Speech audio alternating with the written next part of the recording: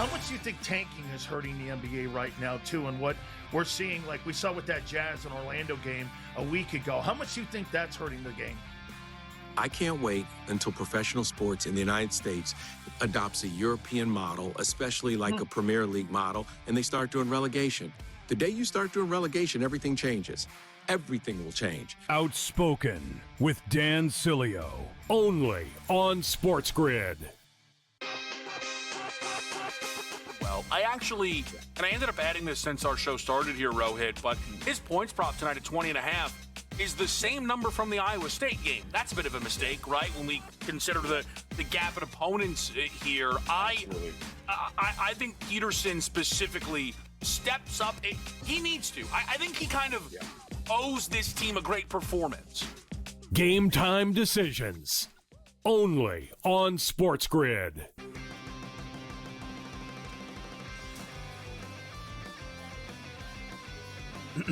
Class is in session. Today, let's talk about the teaser. A teaser is a multi-leg bet where you shift the point spread in your favor. You get better numbers, but every selection has to win. It doesn't matter what you bet if you don't have the insights. Tune into SportsGrid and get ahead of the class. I know that Florida lost at home to Auburn, and it's a real thing that happened. So you can't strike it from the record. But if you did, I think Florida's looked like the best team in college basketball for about 2 months. And I think there are a bunch of results that suggest that. College basketball today. Only on SportsGrid.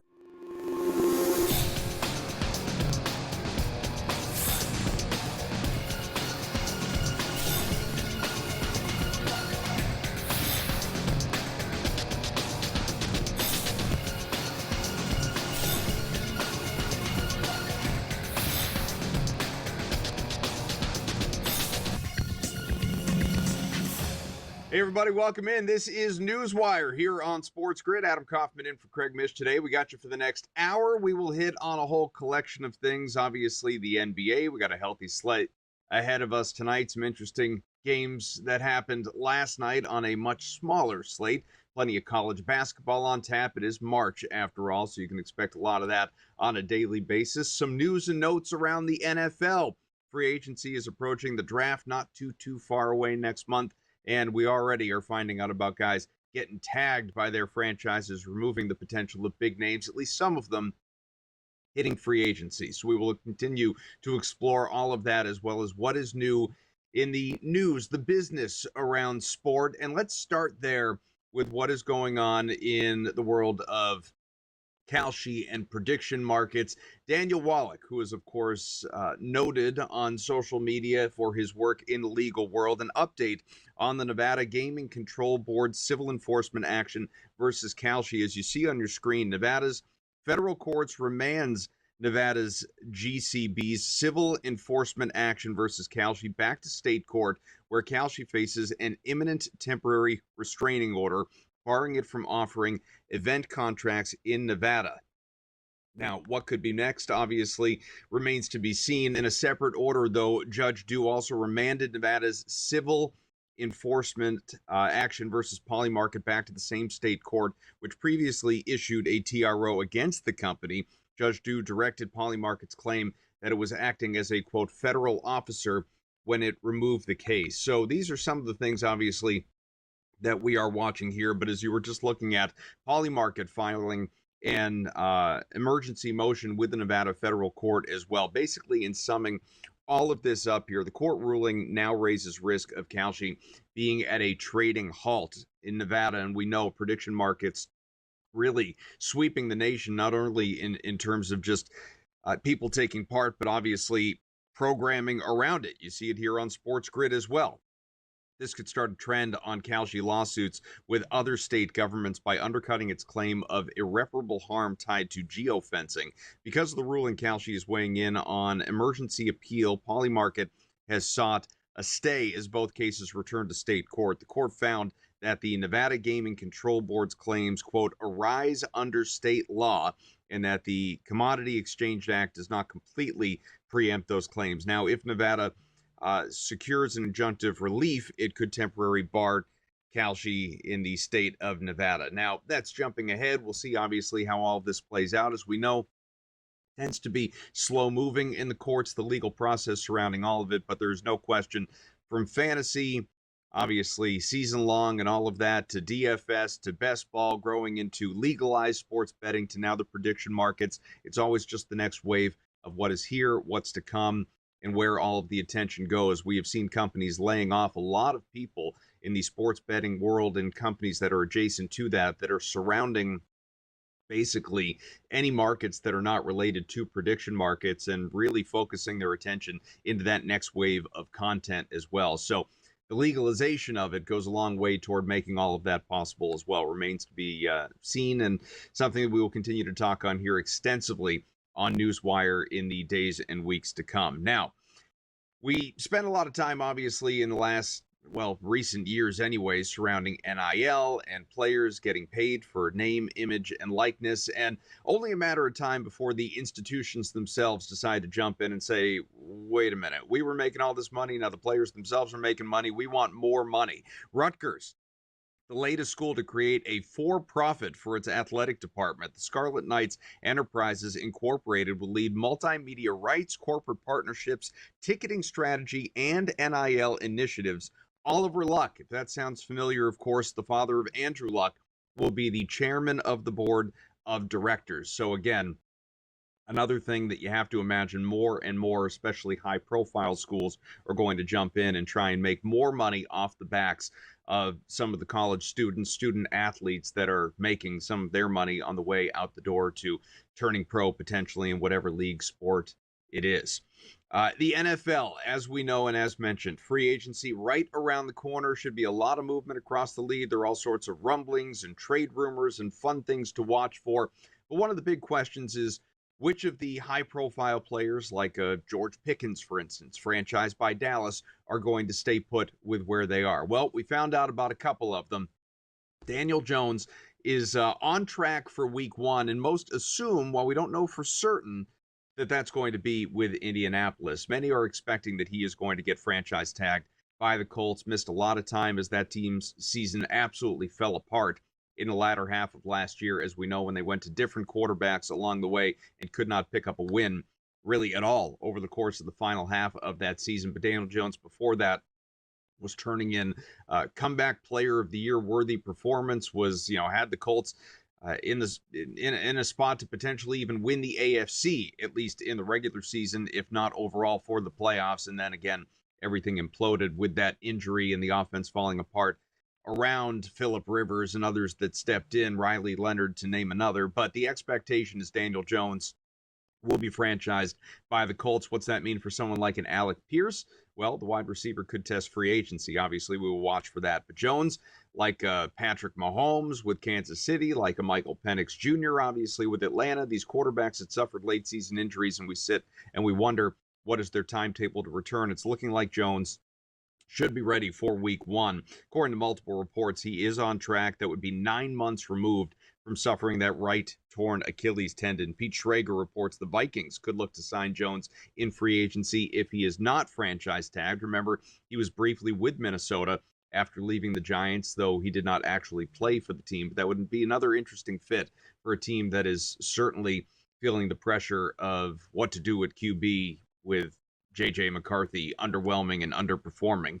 Now, the Jets have decided to bring back Breece Hall, which is no great surprise, and of course one of the premier running back free agents available if he were to hit free agency, but he's not going to. Franchise tag on Hall, 1 year, just more than $14 million fully guaranteed, making Hall a top 4 paid running back in the NFL.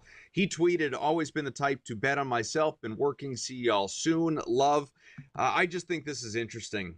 He's 24, sure, he's just still entering his prime years, but this is also maybe the most high-profile, least accomplished running back in the NFL right now. He's never been a Pro Bowler, never been an All-Pro, never won anything, only has 1,000-yard rushing season, digging into the numbers here, and that was obviously last year on the heels of that career year. Generally healthy other than that rookie year. He just does not put up big numbers. You can point to the organization and say it's absolutely terrible and he's not utilized the right way, and what do you have blocking in front of him and all these things. That would be partially fair, but again, let's remember this is a guy that not exactly due huge dollars based on performance on the field. Going to the world of college basketball, Duke and NC State. Cam Boozer, who is expected to be a top 3 pick in the upcoming NBA draft. Number 1 Duke taking care of NC State handedly, 93-64. You see some of the facts and figures there. Boozer, 26 points, went for 9 rebounds, a few assists. Duke securing the ACC's regular season title with the win. Hear from Boozer. It was some point in the second half, one of their big men, and just the Wolfpack got me. Yeah, they got long claws, so. Yeah, I mean, I think it just goes to show our fight, the toughness we brought to this game. Proud of our guys, like Coach said, when they see outright. So, it's big time for our team for sure. Iowa State and Arizona, meanwhile, number 2 Arizona clinching the Big 12 regular season title, 73-57 win over number 6 Iowa State. Duke is the number 1 still on the AP's top 25. No shock there. Duke at 27-2 ahead of Arizona at 27-2 as well. And then you have Michigan, UConn, Florida to round out top 5. You can still get some decent odds on UConn, who has won a couple of recent championships, to go back and do it again. Obviously, still in the vicinity of 50-20-1. Much more on the way on NewsWire. Stay tuned.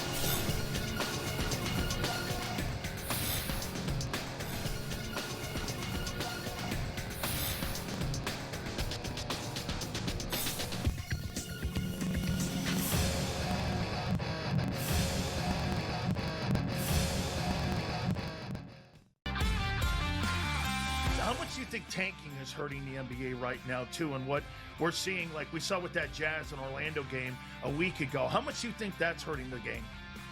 I can't wait until professional sports in the United States adopts a European model, especially like a Premier League model, and they start doing relegation. The day you start doing relegation, everything changes. Everything will change. Outspoken with Dan Cilio, only on SportsGrid. Well, I ended up adding this since our show started here, Rohit, but his points prop tonight at 20.5 is the same number from the Iowa State game. That's a bit of a mistake, right? When we consider the gap in opponents here. I think Peterson specifically steps up. He needs to. I think he kind of owes this team a great performance. Game time decisions, only on SportsGrid.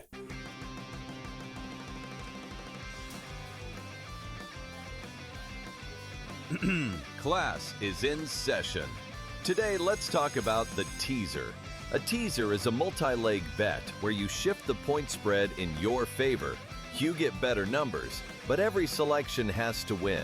It doesn't matter what you bet if you don't have the insights. Tune into SportsGrid and get ahead of the class. I know that Florida lost at home to Auburn, and it's a real thing that happened. So you can't strike it from the record. But if you did,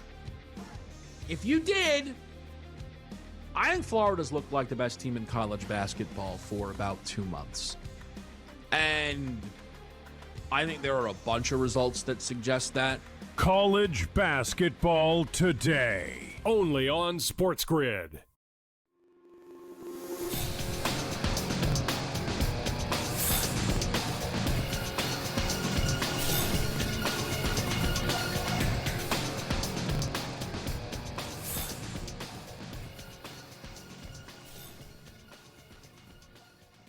Back here on NewsWire, joined by the first guest of the program, Dustin Gauker, on Twitter at Dustin Gauker from Event Horizon. Dustin, it's good to see you.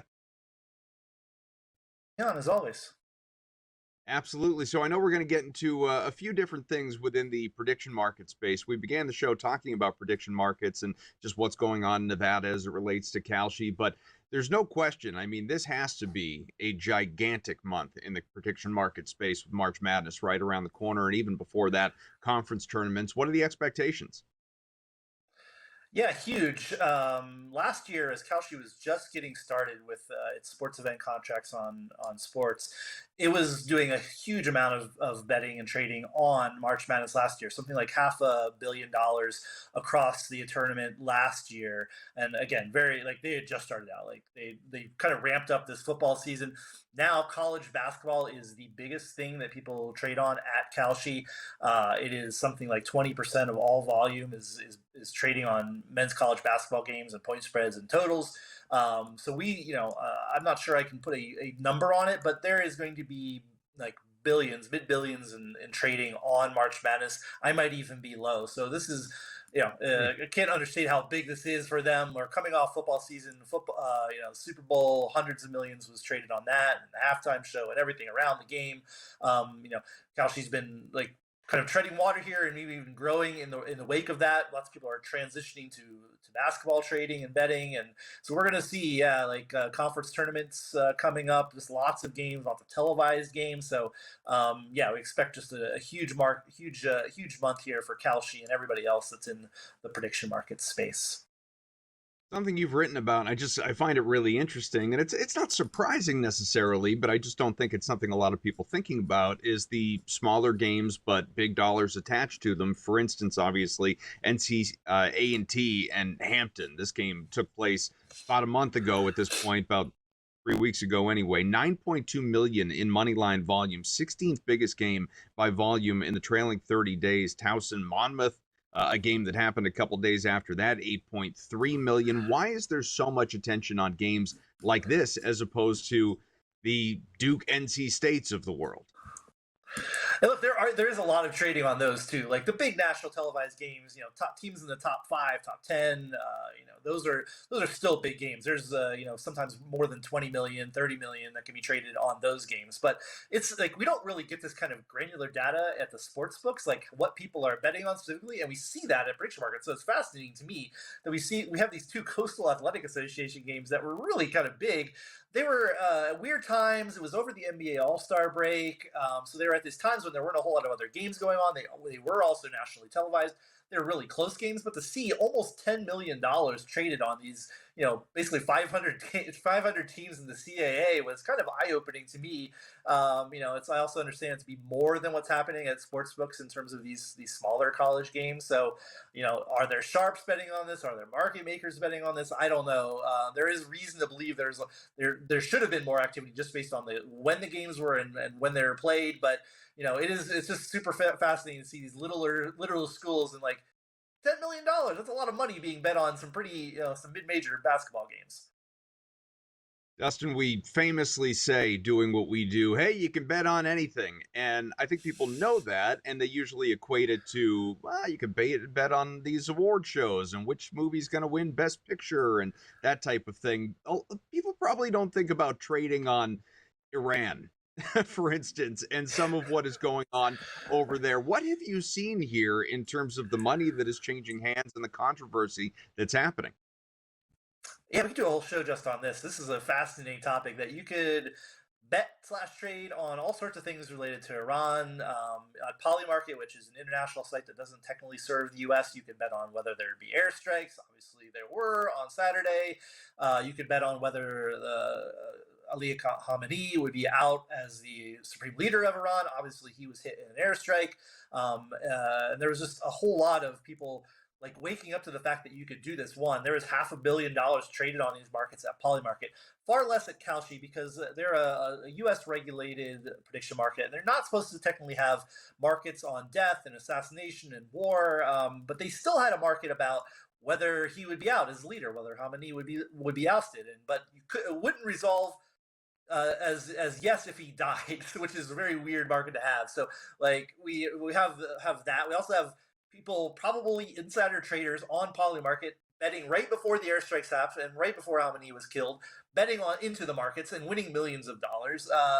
When you hear the prediction markets are the Wild West, this is why, because we're seeing all this happen in real time and people are learning, yeah, okay, cool, we can bet on sports. That's like, I like to bet on sports. That's cool. But like, should we be betting on war, and should we be betting on people dying? And, it's where people get a little icky about all this stuff, right?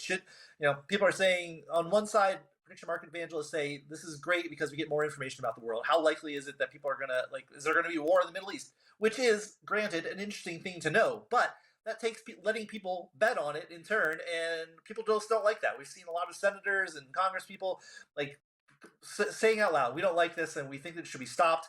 It's not clear that it will, but for now, there's betting on Iran, and now you can bet on things after the strikes, how long the conflict will last, how long of prediction markets. Dustin, we only have about a minute, but to that end, there will always be coalitions, obviously, that are leading the charge against gambling, against prediction markets, calling them the same, and people having to explain what the divide is, all of it. Where are we heading here? We are heading toward more politicians wanting to get involved with this. Just in the past week, we have seen so many members of Congress talking about this and doing all this. The question is, will there be a law based on all this, or will Congress try to rein in betting on Iran? Will they try to rein in betting on sports? We don't know, but we have a former Trump chief of staff who is leading a coalition that is against it, called Gambling is Not Investing, saying we shouldn't have sports betting contracts in our prediction markets. And whether they get any traction, who knows? But there is way more noise and signal about what's going on in Congress and how prediction markets, what should they be doing? What should we be allowed? Should they be regulated more? Should they have more rules? We're going to start seeing more people calling for that as time goes on here in the next several weeks and months. Dustin Gouker, once again on Twitter at that very name, and from Event Horizon, joins us every Tuesday right here on NewsWire. Dustin, thank you so much. Look forward to chatting again. Cheers.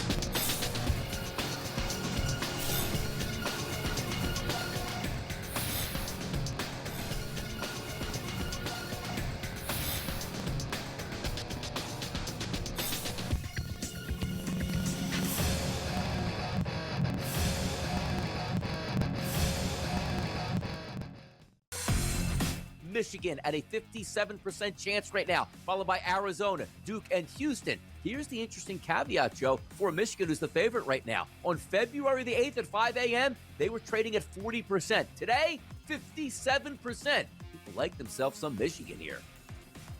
Well, Donnie, exactly, because Michigan, it just vaulted themselves to number one in the AP poll. Prediction Markets Edge. Only on SportsGrid. How much do you think tanking is hurting the NBA right now, too? And what we're seeing, like we saw with that Jazz and Orlando game a week ago, how much do you think that's hurting the game? I can't wait until professional sports in the United States adopts a European model, especially like a Premier League model, and they start doing relegation. The day you start doing relegation, everything changes. Everything will change. Outspoken with Dan Cilio. Only on SportsGrid. I have my own account. I don't need to have any. He didn't say any of that. So I'm of the belief that if someone accuses you of something and you don't deny it, there's a reason you didn't deny it. Because you kind of feel like they got me. And yes, I'm not going to tell you I did it, but I did it. Yeah. Don't you think so? The Craig Carton Show. Only on SportsGrid. Yeah, and with the Clippers, Craig, it feels like Kawhi is on an island. We saw him ball out in the All-Star game the other day. Kawhi was very impressive, and he's had a fantastic season. I think when you look at the Clippers, if the Clippers' record was better, but he's still a James Harden, you would be talking about Kawhi as an MVP candidate. He's been one of the best players in the league in terms of how he's been playing. He's been fantastic. NewsWire. Only on SportsGrid.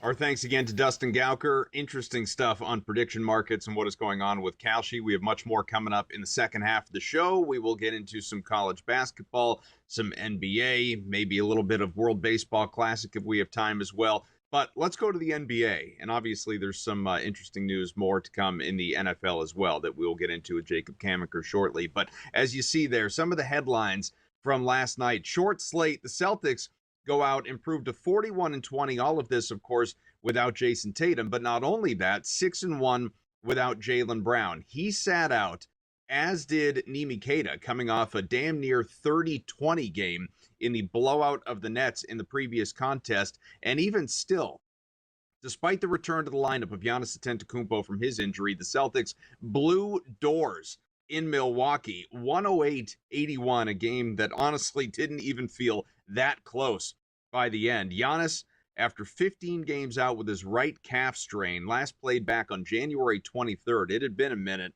He was on a minutes restriction, didn't matter. He still performed 19 points, 11 rebounds in just 25 minutes. But Hugo Gonzalez was a monster, went for 15 and 15 or thereabouts anyway. Derek White almost 20 points. Peyton Pritchard 25 off the bench. How in the world Joe Mazzulla, the Celtics head coach, is still sitting second in the Coach of the Year balloting or voting in terms of the odds, I have no idea. I mean, if not now, when for Joe Mazzulla of the Celtics? And I say that honestly, without an admitted Celtics bias. This Celtics team, again, no Tatum. Brown has missed some time. They've had some pretty good injury luck as compared to other organizations, but that offseason turnaround of ducking various tax penalties and moving on from Porzingis, Drew Holiday, Horford, Cornette, and a whole bunch of young, inexpensive players, taking them to this point where they are, again, 41-20 is absolutely remarkable. I'm not saying Jaylen Brown's MVP, but Joe Mazzulla, absolutely the Coach of the Year. Giannis Antetokounmpo, though, on returning to the lineup for a team that is absolutely fledgling at this stage. Feel good. Feel a little bit rusty, but always something new in my career. Being out for such a long time, and not just one time, multiple times into a season. It definitely disrupts my rhythm, but at the end of the day, I just, try to take it day by day, game by game. I'm happy that I'm back. And I'm just happy that I'm on the court. Like, it doesn't matter if I play 18, 20 minutes, 22, whatever. I'm just happy that I'm out there. I'm just in that, like, a mindset that try not to take nothing for granted. Obviously, did not play well tonight. But at the end of the day, I'm just happy that I'm out there, being able to, help my teammates in any way that I can and just do what I love, which is play basketball. All right, so Giannis back, but for how long, we'll see, because it's not even feeling like the Bucks are going to be a play-in tournament team, let alone a playoff team. And honestly, not that I'm necessarily a proponent of tanking, but at a certain point, you need to look in the mirror and realize, who are you, what's your ceiling, and whether you'd be better off just getting into the lottery and hoping the ping pong balls bounce your way. And that is very much where the Bucks are right now. Never mind the fact they have a superstar who may want out come this offseason anyway, after months and months and months of will he, won't he, in terms of his commitment to the organization. Denver and Utah.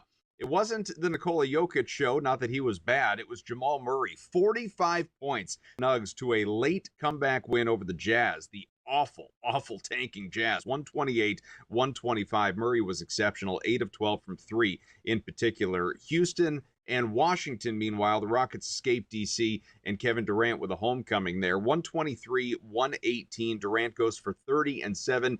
Alperen Şengün, 32-13. He was excellent. Trae Young was supposed to make his Washington debut in this game, but before he could, ran onto the floor when there was basically to complain to the refs. There was an incident on the court, and he ran out onto the floor to complain and interject, as you can see, and did not play obviously in this one. And so what's to come still for him, we will see maybe the next time out. In theory, he is going to play on Thursday, a couple days from now, against the Jazz at home. Again, he was traded from the Hawks to the Wizards back on January 7th, has been out of action since late December, just after Christmas. MCL and quad injuries in the right leg. Young quietly averaging just south of 20 and 9 assists in his 10 games this year. But the Hawks, they couldn't figure it out with him for years. Well, the Wizards, I have my doubts. We're going to get into some NFL action. We have some breaking news concerning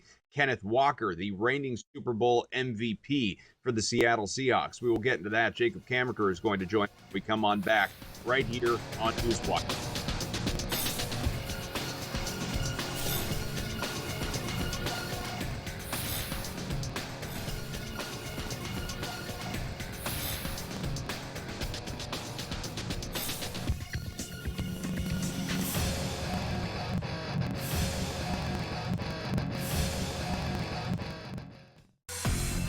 Michigan at a 57% chance right now, followed by Arizona, Duke, and Houston. Here's the interesting caveat, Joe, for Michigan, who's the favorite right now. On February the 8th at 5 a.m., they were trading at 40%. Today, 57%. People like themselves some Michigan here.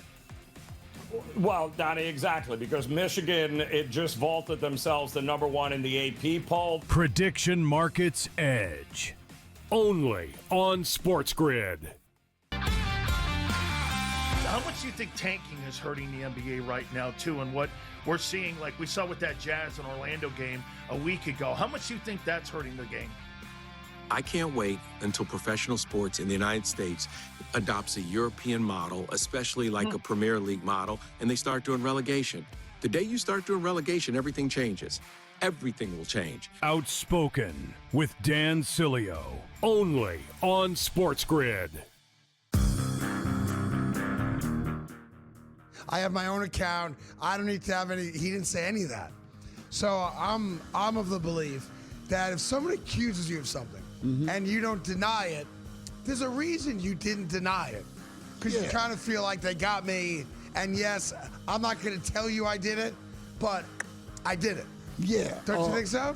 The Craig Carton Show. Only on SportsGrid. Yeah, and with the Clippers, Craig, it feels like Kawhi is on an island. We saw him ball out in the All-Star game the other day. Kawhi was very impressive, and he's had a fantastic season. I think when you look at the Clippers, if the Clippers' record was better, but he's still James Harden, you would be talking about Kawhi as an MVP candidate. He's been one of the best players in the league in terms of how he's been playing. He's been fantastic. NewsWire. Only on SportsGrid.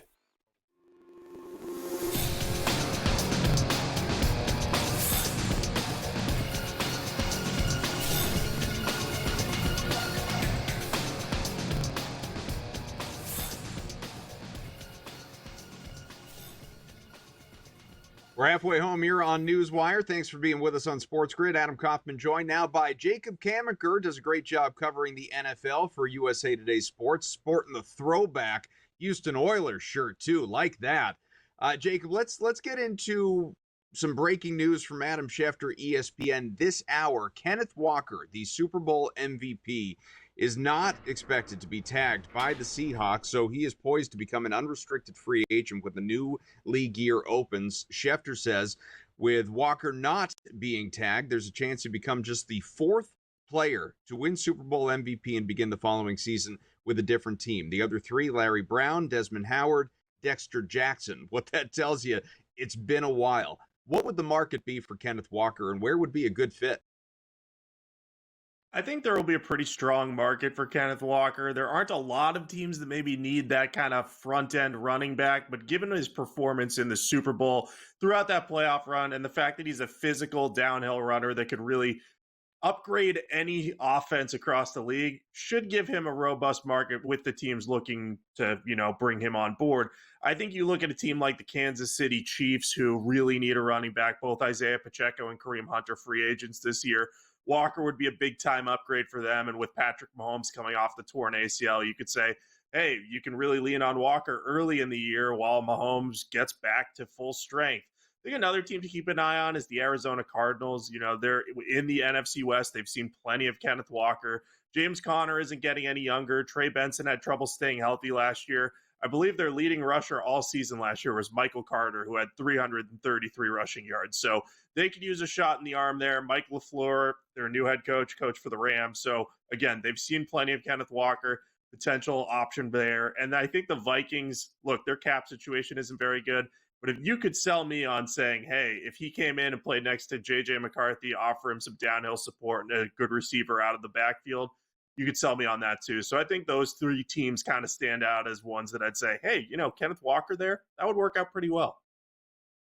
More of a premier running back, obviously, off of that Super Bowl MVP. I made the comment earlier as we got some news surrounding Breece Hall, Jacob, that he will be given the tag by the Jets, makes him the fourth highest paid running back in the NFL, just north of $14 million for the upcoming season. The two teams obviously can still talk about a long-term deal, but he's already tweeted that he's betting on himself. So who knows, maybe that doesn't happen. But I remarked, find me a bigger name, less accomplished running back in the NFL than Breece Hall. He's never been a Pro Bowler, never been an All-Pro, coming off only his first 1,000-yard rushing season. And I know the Jets have been a dumpster fire, but Hall hasn't exactly put that team over the hump here. So what did you make of the team obviously electing to keep him at that dollar figure, but what his future is maybe beyond the Jets?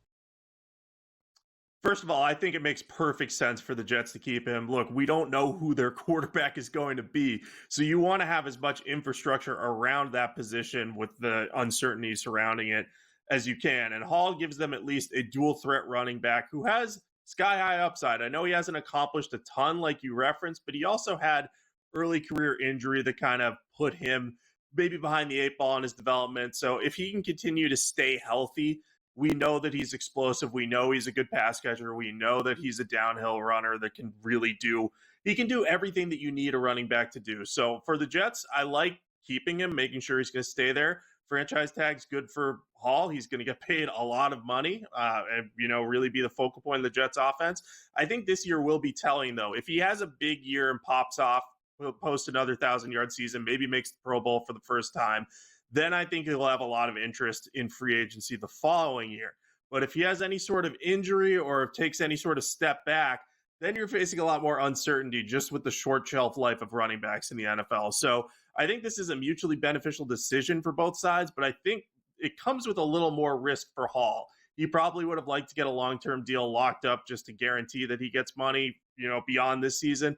But I don't think any running back is going to sneeze at the fact that he's making $14 million in a season.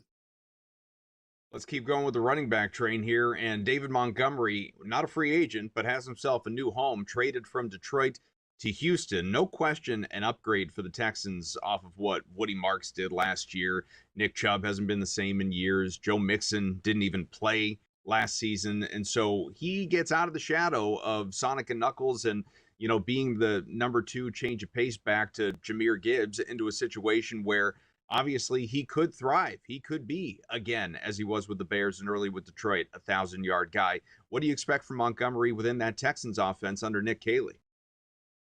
Yeah, I think Montgomery's going to be treated as the workhorse there. We know he has great physicality. Again, he's a little bit similar to Kenneth Walker, not as explosive a playmaker, doesn't have that same high-end speed, but he's a guy you can hand the ball to 20 times a game and he will, give you a lot of production. I think that's going to be valuable. We saw CJ Stroud in the playoffs really, really struggle and just seem to lose his confidence. I think having a higher end support at running back, which is what Joe Mixon was supposed to be last year, but couldn't play because of the foot injury. I think having Montgomery, just a stable, steady support there, will help him a lot. And then I think for the Lions side of this, you can add draft capital, and I believe they also got Juice Scruggs, a young backup interior offensive lineman who was once a second-round pick. I think they got him as part of this deal. So you're just adding assets to your team for a guy who, yes, would you love him to have returned as your hammer behind Jahmyr Gibbs? Sure, but you can fairly easily replace him and find another physical back while leaning on Gibbs to be that sonic front-end, speedy workhorse for you out there. So I think for the Lions, this trade makes a lot of sense. Texans definitely filled a need. They gave up a lot to get Montgomery, but given the contract he's on and the steady production he's had throughout his career, I think it's a smart move for both teams.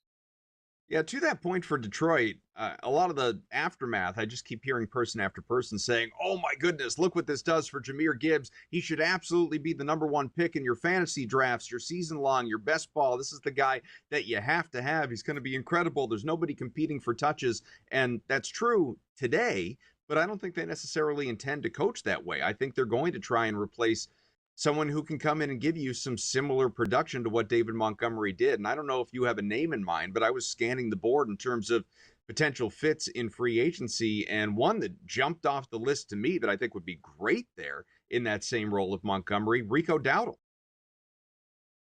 I'm a big Rico Dowdle fan, so I would absolutely love his fit behind Jahmyr Gibbs. And to your point, I think Dan Campbell, with that offense, has always preferred to have 2 running backs. I believe it was DeAndre Swift and Jamal Williams before who worked in tandem. Yep. So they're going to have a 1-2 punch there. Rico Dowdle would be a great fit. I think you could look at the draft, too, some of those later round guys that, have good physicality.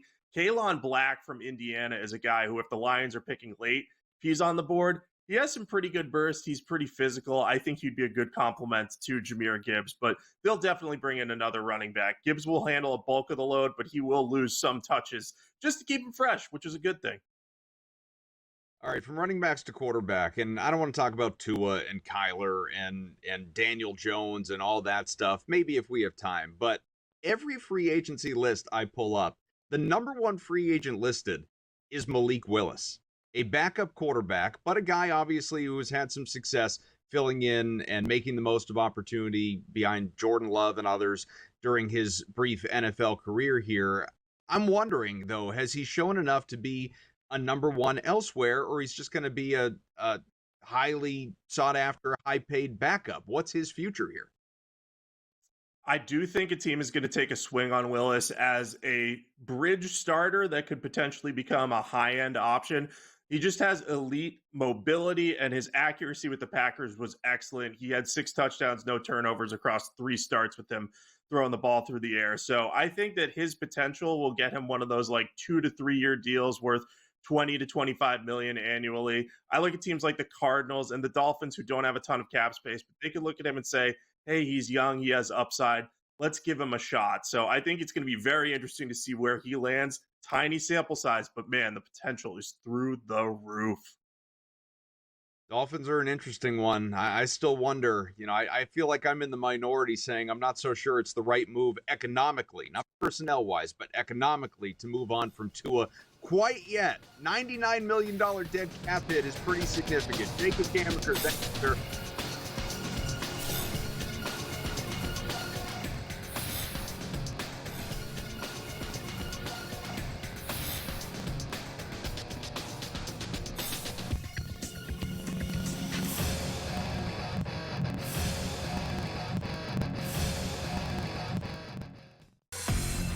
Michigan at a 57% chance right now, followed by Arizona, Duke, and Houston. Here's the interesting caveat, Joe, for Michigan, who's the favorite right now. On February the 8th at 5 a.m., they were trading at 40%. Today, 57%. People like themselves some Michigan here.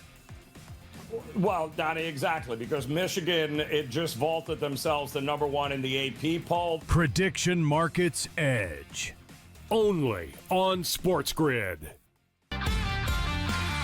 How much do you think tanking is hurting the NBA right now, too? And what we're seeing, like we saw with that Jazz and Orlando game a week ago, how much do you think that's hurting the game? I can't wait until professional sports in the United States adopts a European model, especially like a Premier League model, and they start doing relegation. The day you start doing relegation, everything changes. Everything will change. Outspoken with Dan Cilio. Only on SportsGrid. I have my own account. I don't need to have any. He didn't say any of that. So I'm of the belief that if someone accuses you of something and you don't deny it, there's a reason you didn't deny it. Because you kind of feel like they got me. And yes, I'm not going to tell you I did it, but I did it. Yeah. Don't you think so? The Craig Carton Show. Only on SportsGrid. Yeah, and with the Clippers, Craig, it feels like Kawhi is on an island. We saw him ball out in the All-Star game the other day. Kawhi was very impressive, and he's had a fantastic season. I think when you look at the Clippers, if the Clippers record was better, but he's still a James Harden, you would be talking about Kawhi as an MVP candidate. He's been one of the best players in the league in terms of how he's been playing. He's been fantastic. NewsWire. Only on SportsGrid.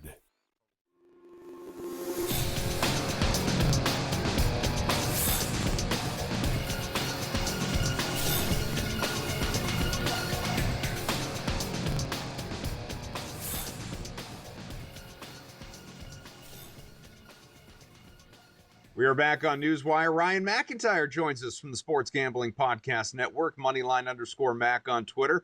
Ryan, how we doing? Adam, it's good, man. Happy March. We're day 3 now. That's right. Could be a long month, a fun month. What do you make of, before we get into today's schedule, and maybe we'll mix in, if we have time, some championship futures, that type of thing. A lot of the conversation, maybe I'm naive, or maybe it's just the news cycle. It feels like a lot of the bubble talk and who belongs, who doesn't, feels like it started even a little earlier than it typically does, because again, we're not even into conference tournaments yet.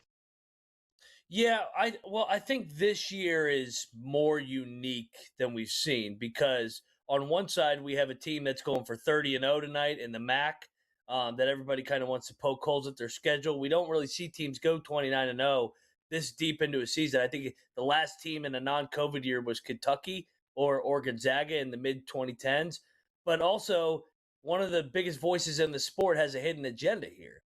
Bruce Yeah. Pearl, his son, is the coach of Auburn, another bubble team. So, I think that's why maybe it started a little bit early. Auburn completely in free fall right now. Obviously, they won one game in the month of February.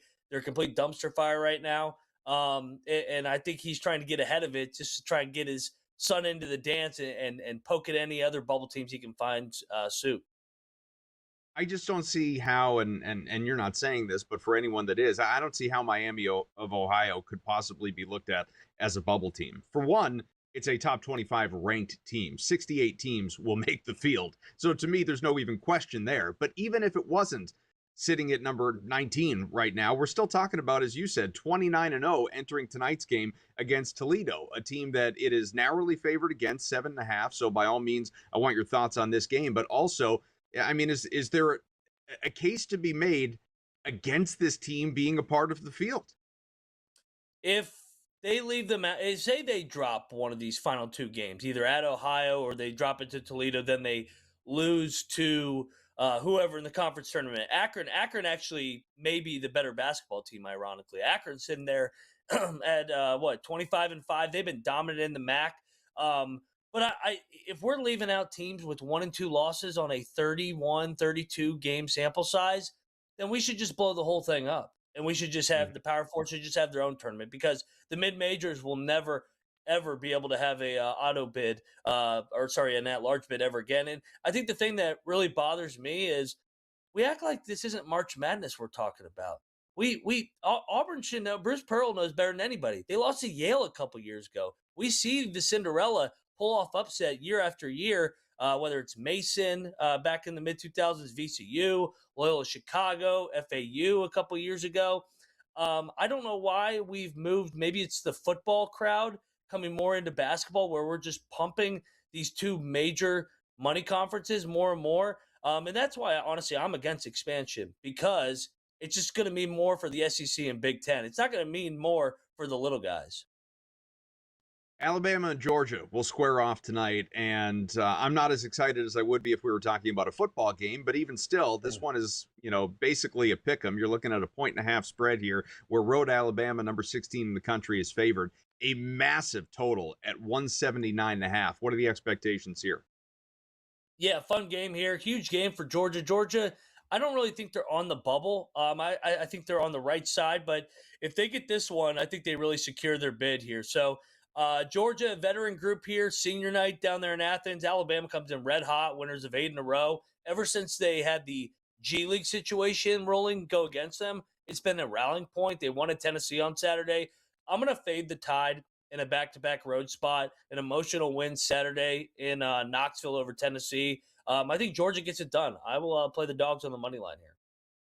9 o'clock Eastern, you have Kansas, number 14 at 21-8 at Arizona State, who, of course, is a frisky team despite its mediocre play overall this year. Kansas is a 6.5-point favorite, but there's been, I've talked to you about this, among others, there's been a lot of just conversation surrounding Darren Peterson and his future in the NBA, but his fit specifically with this team and the raw talent that exists, but maybe a lack of effort or good decision-making at times. I don't know. Is this a spot where we're thinking about fading Kansas here on the road, expected to win? Again, not a gigantic favorite, but a superstar, a future top 3 pick, maybe number 1 overall, who isn't just a fully bought in? Yeah, I'm not the biggest fan of that whole situation. I mean, heck, the game he sat out with the Sniffles, they beat number 1 Arizona at the Fog. So they've proven that they can win games without Darren Peterson. I think it is a Kansas spot here tonight. They're not traveling. They played on Saturday in Tucson, went right over to Tempe, had a couple days to get familiar with that gym. I think Kansas and company lay the number here. They're playing for a top 4 seed in the Big 12 and NCAA tournament seeding as well.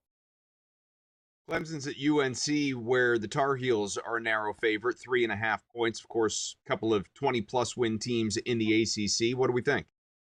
Yeah, the number seems short a little bit. I know Carolina is super banged up. I think we're overreacting a little bit with this number. So I'm going to lay the 3.5 with Carolina. I know they got Duke on deck, but Carolina's still battling for seeding in the ACC. I would argue maybe this game is actually bigger for their season outlook than winning at Duke on Saturday. The Duke game is just the Duke game. But if they get this one, they secure a double bye in the ACC tournament.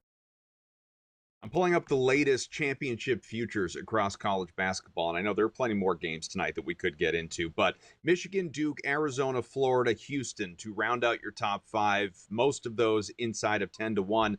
Still see UConn, a top five team in the country, at 18-1. That's sort of the value drum that I've been beating around here, but is there a team that, outside obviously a top five, maybe even outside the top 10 on the odds board that you really like?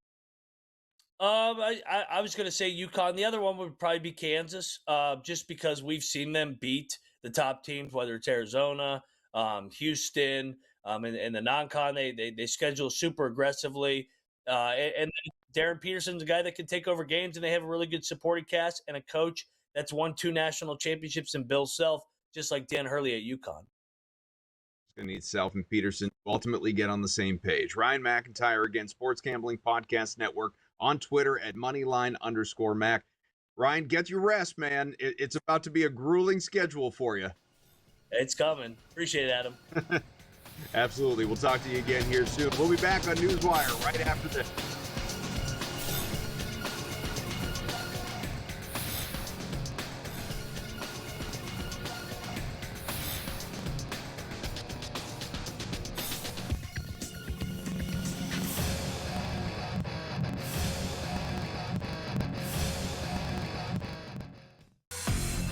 Michigan at a 57% chance right now, followed by Arizona, Duke, and Houston. Here's the interesting caveat, Joe, for Michigan, who's the favorite right now. On February the 8th at 5 a.m., they were trading at 40%. Today, 57%. People like themselves some Michigan here. Well, Donnie, exactly, because Michigan, it just vaulted themselves to number 1 in the AP poll. Prediction Markets Edge. Only on SportsGrid. How much do you think tanking is hurting the NBA right now, too? And what we're seeing, like we saw with that Jazz and Orlando game a week ago, how much do you think that's hurting the game? I can't wait until professional sports in the United States adopts a European model, especially like a Premier League model, and they start doing relegation. The day you start doing relegation, everything changes. Everything will change. Outspoken with Dan Cilio. Only on SportsGrid. I have my own account. I don't need to have any. He didn't say any of that. So I'm of the belief that if someone accuses you of something and you don't deny it, there's a reason you didn't deny it. Because you kind of feel like they got me. And yes, I'm not going to tell you I did it, but I did it. Yeah. Don't you think so? The Craig Carton Show. Only on SportsGrid. Yeah, and the Clippers, Craig, it feels like Kawhi is on an island. We saw him ball out in the All-Star game the other day. Kawhi was very impressive, and he's had a fantastic season. I think when you look at the Clippers, if the Clippers' record was better, but he's still at James Harden, you would be talking about Kawhi as an MVP candidate. He's been one of the best players in the league in terms of how he's been playing. He's been fantastic. NewsWire. Only on SportsGrid.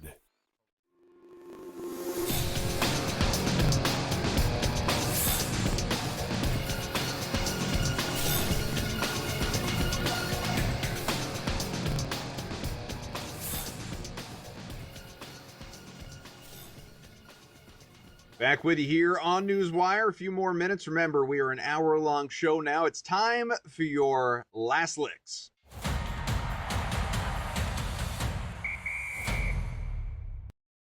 We got quite the NBA collection of last licks here, and it begins with a somewhat surprising story, probably not one that a lot of people had on their bingo card. Luke Cornett of the Spurs has an issue with the Atlanta Hawks' upcoming Magic City night, calling it disrespectful to women. Of course, Magic City a popular establishment, if you will, adult club in Atlanta. The NBA should desire to protect and esteem women, many of whom work diligently every day to make this the best basketball league in the world, wrote Cornette. We should promote an atmosphere that is protective and respectful of the daughters, wives, sisters, mothers, and partners that we know and love. Allowing this night to go forward without protest would reflect poorly on us as an NBA community, specifically in being complicit in the potential objectification and mistreatment of women in our society.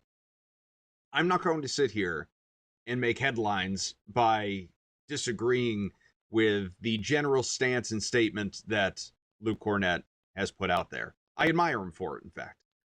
However, what I will say is clearly the Atlanta Hawks and Magic City are on the same page about this. Nobody within the club has an issue with it, and certainly the NBA franchise does not have an issue with it. And I promise you, even before deciding to announce this and promote it and even release a sweatshirt that is going to be given out, free to fans upon admission, this went through a lot of channels: legal, marketing, promotions, community, various levels within the Atlanta Hawks organization. So Cornette can come out, take his stance, and say that there are others ultimately that are on the same page with him. And I don't doubt it for a moment, nor do I blame him for having it. But what I, again, will say is at a certain point, if it's approved across the board, Magic City, in representing all of these women who are a part of their establishment, have no issue with it. And the Hawks, who obviously do employ women within that organization, don't take offense to it. I think we're okay, ultimately, and going to be interesting what the reaction is when this night does ultimately happen. Transitioning to Last Licks number 2, which feels like a weird thing to say off a Magic City story. How about this? The NBA on NBC having a retro night tonight, and I, a man of my mid-40s, am jacked up about this one. Victor Wembanyama and the Spurs will visit Tyrese Maxey and the Sixers, 8 o'clock on NBC and Peacock, in a special NBA on NBC throwback broadcast that Bob Costas, Doug Collins, Mike Fratello, they're going to call the game. Hannah Storm is going to be joined by Isaiah Thomas and PJ Carlissimo for a retro edition of NBA Showtime. That begins an hour prior to the game at 7 o'clock. The presentation will recreate the look and feel of mid-90s basketball, 1995-96 season specifically, the graphics, the look, the sound. We've already, of course, with the Peacock agreement, brought back John Tesh and Round Ball Rock this year, albeit a somewhat spicier version. I think this is going to be so much fun to watch, and I'm excited about it. I've heard some people complaining, we need something new and different. Why are we trying to recreate? It's the culture of people that complained about movies being remade today. They're not going to this full time. This is a one-time thing, at least as far as we know anyway, featuring not maybe the best matchup. I'd be more geeked up if this was like Spurs Thunder as opposed to Spurs Sixers, but nevertheless, I think it's going to be a lot of fun with some star power, and again, just the look and sound of it is something that gets me excited as someone who grew up in that previous era where I remember it happening the first time, and it was must-see television for any young NBA fans in the mid-90s. Last Licks number 3, Jason Tatum, who may return as soon as even tomorrow against the Charlotte Hornets. No injury report out yet for the Celtics, but this has been one that I have had on my bingo card for a little while. FanDuel has method of first basket odds available to you here in his debut for the 25-26 season. A 3-point field goal is plus money. Everything is at plus 190. Other is plus 190. Layup at plus 380. Free throw at plus 470. And a dunk at 16-1. I mean, how do you not take the long odds? I'm not saying this is a full unit wager, but how do you not invest at dunk at 16-1 just for funsies? But honestly, you could invest in a few of these and probably still come out profitable depending on how you choose. I would likely invest in dunk and layup. I think he goes hard to the basket. That aligns with dunk. And I mean, free throw would come into play there. I'd probably skip that one and consider maybe 3-point field goal. Anyway, I'd like to thank everyone who was part of the show, all the guests, obviously. We had Chris and Frank, and John and Tommy, everyone. I am Adam Kaufman. I'll be back with you on Thursday. Greg Fishburne tomorrow here on NewsWire.